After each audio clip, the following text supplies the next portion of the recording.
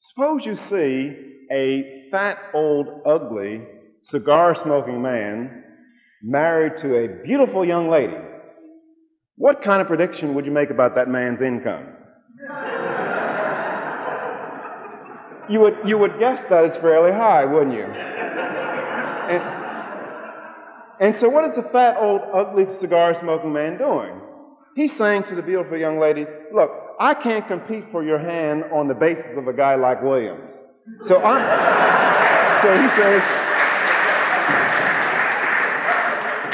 he's saying that I'm going to offset my non-pecuniary disabilities or disadvantages by offering you a higher price. Now, some of you might say, well, is it fair?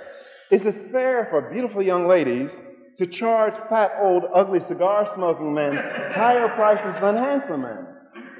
And then having maybe reached the conclusion that it's not fair, you say, well, we'll make a law that beautiful young ladies, an equal opportunity law, if you will, that beautiful young ladies can't charge fat, old, ugly, cigar-smoking men higher prices than they charge handsome men. Then having made that law and enforcing that law, then ask yourself, what then happens to the probability of a fat, old, ugly, cigar-smoking man marrying a beautiful young lady? It goes almost to zero, unless you find some kind-hearted, beautiful young lady. That is, by denying that man the opportunity to offer a higher price for what he buys, you deny him his most effective mechanism for competing with the more preferred individual. So, an economic prediction would be is that if you don't allow people to charge higher prices, charge lower price for what they sell or pay higher price for what they buy, you reinforce some of their handicaps. Now, what about discrimination? Sexual discrimination if we're talking about women, or racial discrimination if you're talking about blacks. People say, well, it's racial discrimination that is the villain of the piece. Well, trying to explain things through racial discrimination is like trying to explain fires through oxygen. That is, if you ask me, well, Williams, what was the cause of the Grand Hotel fire in Las Vegas several years ago that a lot of people lost their lives in? And I say to you, well, that fire was caused by oxygen. Well, some of you might snicker. And then I say to you, well, look, had there not been oxygen, there would not have been a fire. How do you like that? Well, what's wrong with explaining the Grand Hotel fire by saying that it was caused by oxygen? Well, what I think is wrong is that oxygen is so pervasive, that is, oxygen is everywhere, that it alone just cannot explain anything. That is, if you say that the Grand Hotel fire was caused by oxygen, well, you're hard put for explaining why the Los Angeles Hilton did not also burn down that night, because it too was surrounded by oxygen. So oxygen alone just cannot explain anything. Now, discrimination of all forms is so pervasive that it alone cannot explain anything. They're all forms of discrimination. There's sex discrimination, race discrimination, height discrimination, weight discrimination. You know, if you're 5'5", forget about becoming the President of the United States, because we do not elect runts to office. We discriminate against runts. Or try to be a general, or try to be an executive of a major organization. They just don't have little teeny people as in these positions. We discriminate against them. There's movie discrimination, et cetera, et cetera. We discriminate. Matter of fact, discrimination can be best described as active choice. And economic scarcity requires that we all make choices, and discrimination is a choice. And when you preface discrimination with words like sexual or race, you're just specifying the criteria upon which we choose. And there's all kinds, as I said, all kinds of discrimination. You know, like when I was choosing a wife to marry, I discriminated against other women. And matter of fact, the law requires that I continue to discriminate, even though I might not feel like it all the time. And some of you might say, well, Williams, you're really being absurd because that kind of discrimination doesn't hurt anybody. Well, I would take offense at that kind of observation.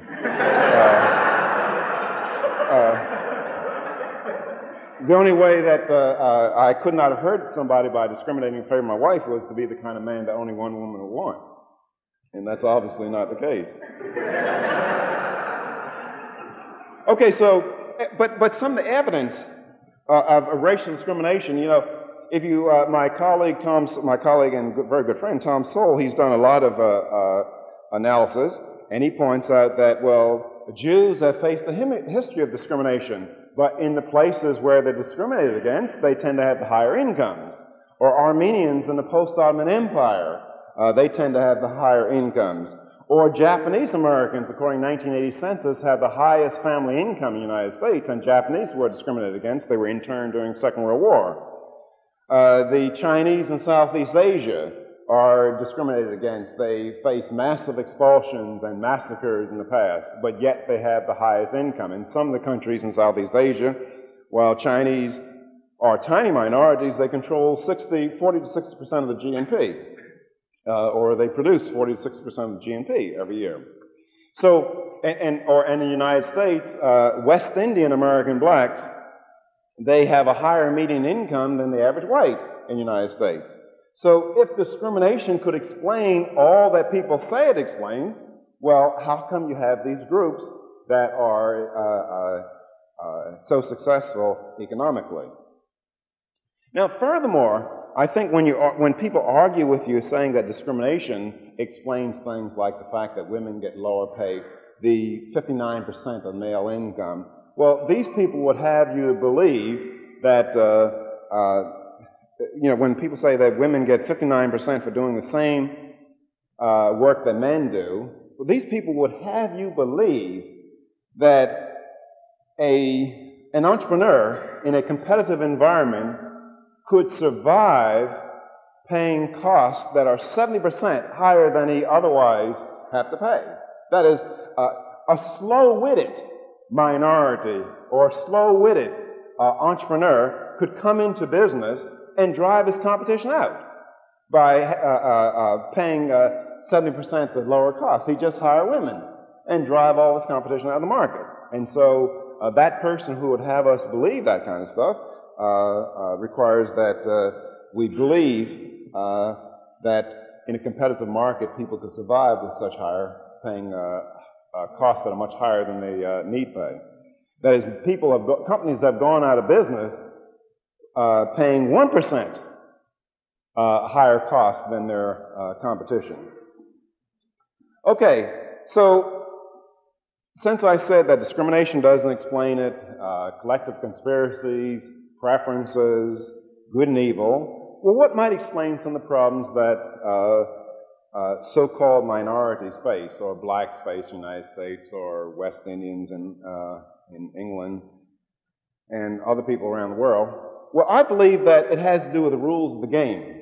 We have to pay greater attention to the rules of the game.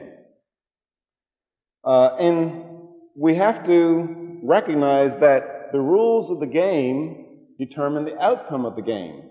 That is, if you can write the rules of the game, you can manipulate the outcome of the game. Now, the rules of the game are often ignored by people.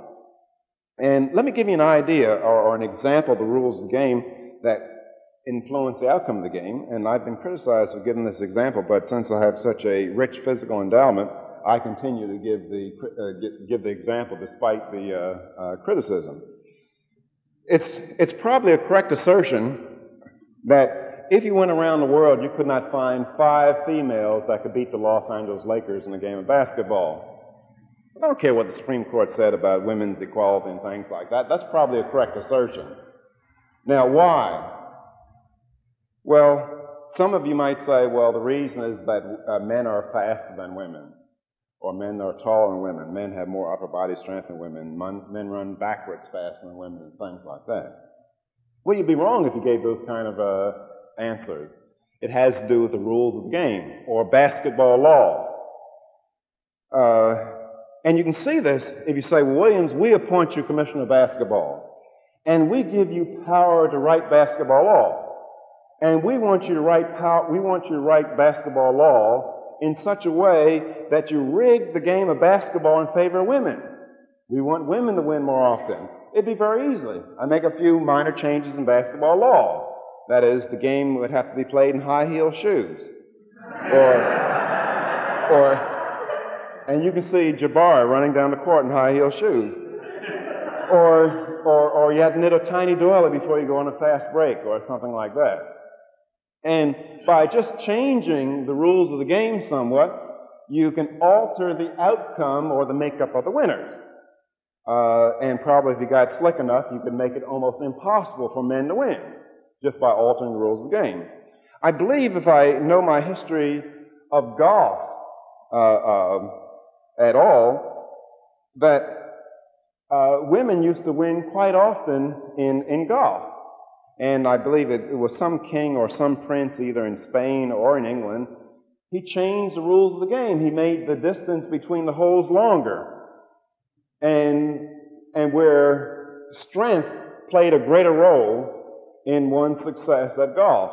And so men started winning all the time. I mean, it was just clear that women just could not drive a ball as far as men on average. So just by changing the rules of the game, they changed the composition of the winners.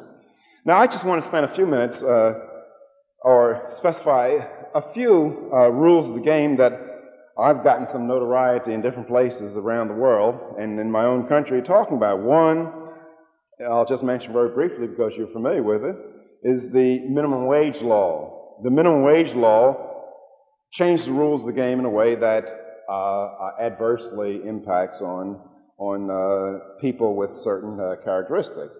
But I might mention before I say, go and delve into the minimum wage law just a little bit, because most of you probably read about it, that the essential feature of the rules of the game that hurt blacks, or hurt minorities, if you want to use that terminology, is that the basic feature of these rules of the game is that they deny people the opportunity to engage in voluntary exchange.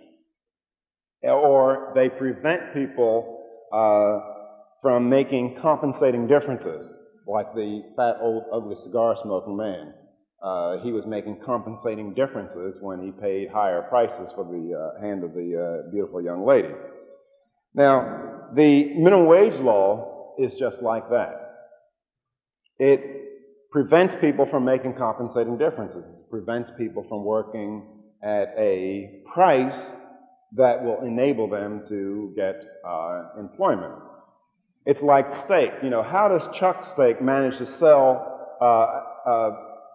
at a greater volume than filet mignon? It offers people compensating differences.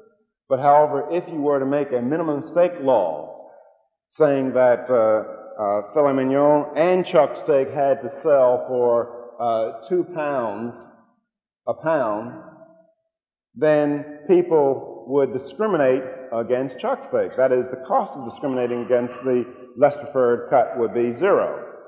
And whenever you went to the supermarket, what would you see on the shelves? You would see chuck steak.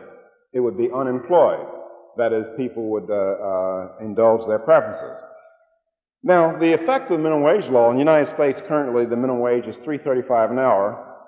Plus, there's some mandated fringes such as Social Security and other kinds of fringes, which you're really talking about $4 an hour. But if you have a law that says mandates that you pay, no matter who you hire, $3.35 an hour, employers are not going to find it in their economic interest to hire somebody who's so unfortunate so that his output is only worth $2 an hour. It's a losing economic proposition. So that person does not get employed. And who are those people who are low-skilled, who might only be able to produce $2 an hour worth of goods and services? Well, for the most part, they're teenagers. And teenagers are low-skilled because they lack the experience and maturity and other characteristics of adults. So economic theory would predict that the minimum wage law would discriminate against the employment of low-skilled people. And the evidence for this is to go to the unemployment statistics. In the United States, unemployment currently for people 25 years and over is something like 5.5%. Unemployment for teenagers in general is around 22%. Unemployment for black teenagers is around 45, down from 50-some percent. Now, most people are aware of the current statistics, of these current numbers, but they're not aware of the unemployment at earlier times, back in 1948, which is the beginning year that I used for my report that I gave the Joint Economic Committee. Black teenage unemployment was less than that of white teenage unemployment. Was either equal to or less than that. And surely since 1948 in the United States, you cannot explain the deteriorating labor market conditions of black teenagers relative to white teenagers by saying that there's more racial discrimination today in the United States than there was in 1948. You can't explain it by saying, well, blacks had more education than whites in 1948. You can't even blame it on the economic cycle. It turns out that a major villain of the piece is the minimum wage law coupled with other labor laws.